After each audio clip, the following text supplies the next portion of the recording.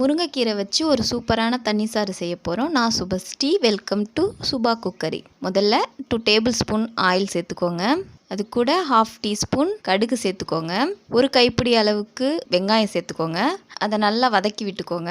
அது வதங்கினதுக்கப்புறம் ஒரு 3 பல் பூண்டு சேர்த்துக்கோங்க. அதுக்கப்புறம் ஒரு கைப்பிடி அளவுக்கு தக்காளி சேர்த்துக்கோங்க. அதை எல்லாத்தையும் நல்லா வதங்குற அளவுக்கு வதக்கி விட்டுட்டு ஒரு 4 மிளகாய் சேர்த்துக்கோங்க, பச்சை மிளகாய். அது நல்லா வதங்கினதுக்கப்புறம் ஒரு டீஸ்பூன் அளவுக்கு மஞ்சள் தூள் சேர்த்துக்கோங்க. அது வதங்கி முடிச்சதுக்கப்புறம் ஒரு டீஸ்பூன் சோம்பு, ஒரு டீஸ்பூன் சீரகம் ரெண்டுத்தையும் மிக்சியில் விட்டு நல்லா பவுடர் பண்ணிக்கிட்டு அதுக்கப்புறம் அதை சேர்த்துக்கோங்க. அதனால் சேர்த்து கலந்து வதக்கி விட்டதுக்கப்புறம் தேவையான அளவுக்கு தண்ணி சேர்த்துக்கோங்க. தண்ணி சேர்த்துக்கிட்டதுக்கப்புறம் தேவையான அளவு உப்பு சேர்த்துக்கோங்க. இந்த மாதிரி கொதி வந்ததுக்கப்புறம் நம்ம உதுத்து வச்சுருக்கோம் இல்லையா முருங்கைக்கீரை, அதை நம்ம சேர்த்துக்கலாம். அது ஒன்றோட ஒட்டிகிட்டு இருக்கும். அதை எல்லாத்தையும் நம்ம என்ன பண்ணிக்கலாம், அப்படியே ஃபுல்லாக கலந்து விட்டுக்கலாம். கலந்து விட்டதுக்கப்புறம் அரை மூடி தேங்காய், ஒரு டீஸ்பூன் சீரகம் சேர்த்து மிக்சியில் விட்டு நல்லா ஃபைனாக அரைச்சதுக்கப்புறம் அதை நம்ம சேர்த்துக்கலாம். மிக்சி ஜாரில் தண்ணி கலந்து அதையும் சேர்த்துக்கோங்க. ஒரு கொதி வந்ததுக்கப்புறம் நம்ம ஸ்டவ் ஆஃப் பண்ணிக்கலாம்.